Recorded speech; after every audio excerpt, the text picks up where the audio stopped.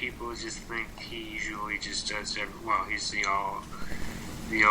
all solution to every problem. But no, it's more about like, yeah, teams that fight together and kind of have know that the dynamics of their powers and knowing how they handle situations and how their techniques and how they're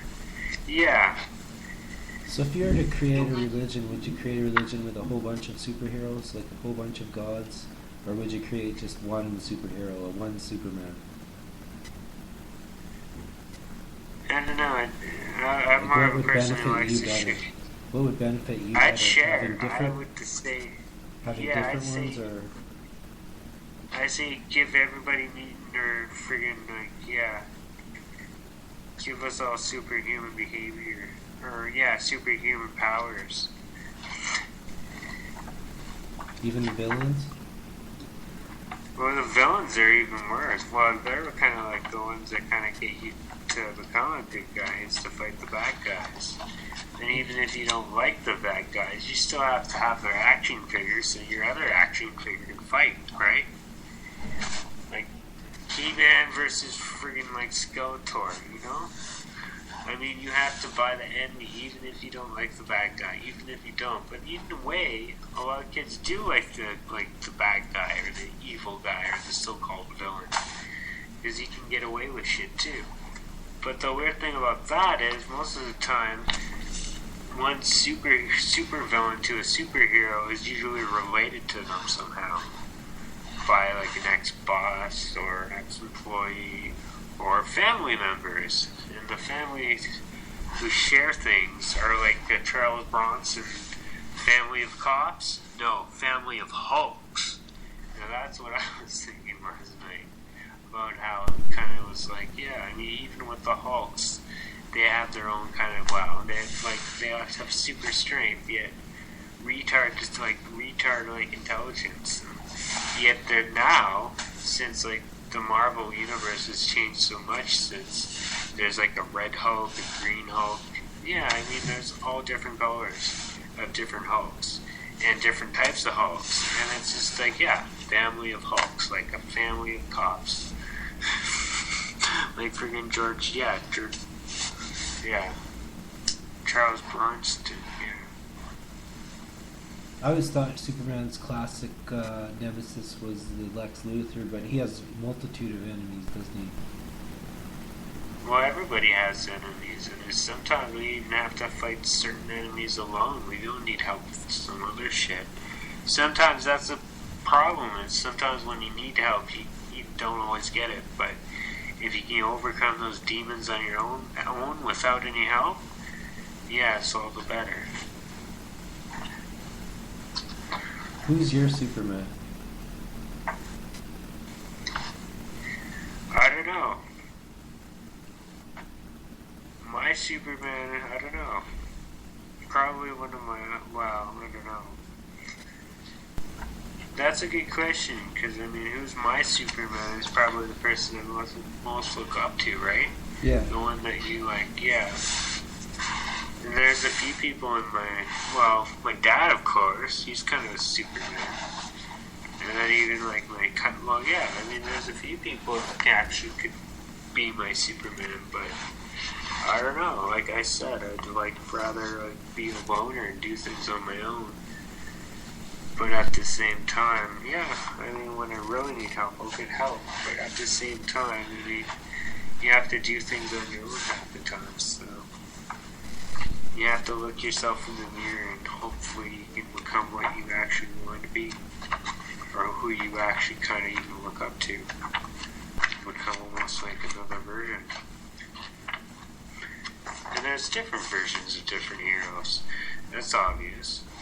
Like the different people who know the Speed Force. And there's other supermen and superheroes,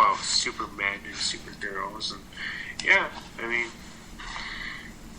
a lot of these other superheroes have other links to other superheroes, so go figure. Yeah. But that's probably superheroes all the way up, eh? Like superhero thinks of a superhero who thinks of a superhero who thinks of a superhero.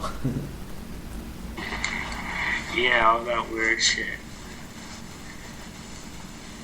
I don't know, multiple worlds, multiple Earths.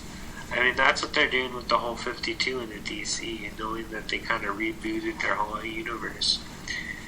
And it's just hard to explain, because they got it right the first few times they actually, I don't know, came to grips with it. Is there a Superman film out right now? It was just one just released in the summertime or last summer. I don't know. I didn't see it. I only saw the really crappy one, the return one, where they didn't really, where Kevin Spacey is Lex Luthor, and that kind of just didn't, it just didn't look right. Guys are so No offense, he's a good actor and all, but it just, he didn't look bald. Like, he was bald, but he just didn't look like a Lex Luthor to me. Kevin Spacey, no, he's more like, he could play a really friggin' weird, like, marijuana addicted psychiatrist, and he did that well, and that's why he can really do, Lex Luthor. He'd be better off, doing, like, marijuana addicted psychiatrist he played with in a movie with the late Robin Williams. So, yeah. Are Superman and Wonder Woman husband and wife? No, they're not husband and wife. No, that's just a gross misconception. But no, they did have sex, though, I'm told, and it is actually depicted in the graphic novel, and it shook the world.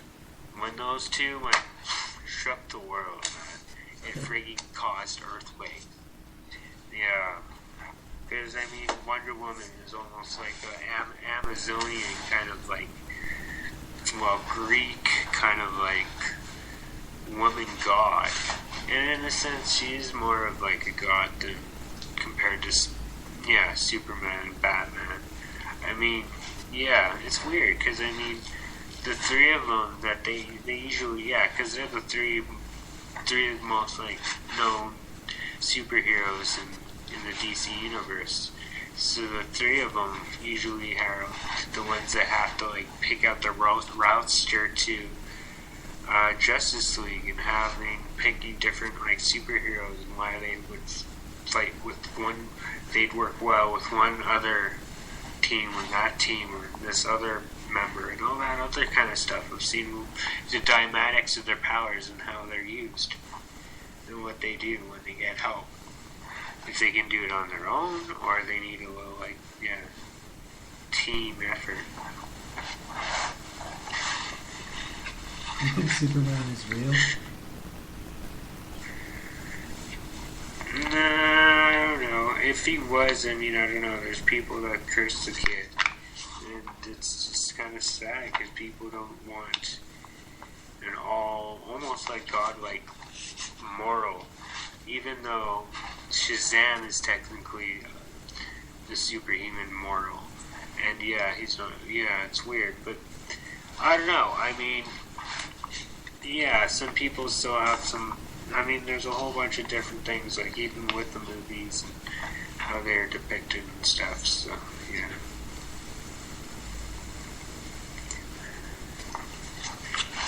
Well, we have a few minutes left, but that about wraps up the program. Any concluding thoughts? I don't know, I mean, who's your Superman in the end? Nikolai Gogol, he's a writer, who wrote Dead Souls. It took him 15 years to write.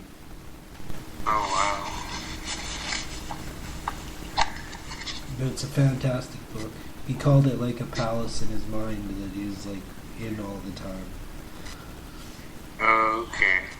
I've always like aspired to like write a novel, but I never have. So. He's kind of like Superman. He actually wrote something. Right. Something really good. Yes. That we all look up to.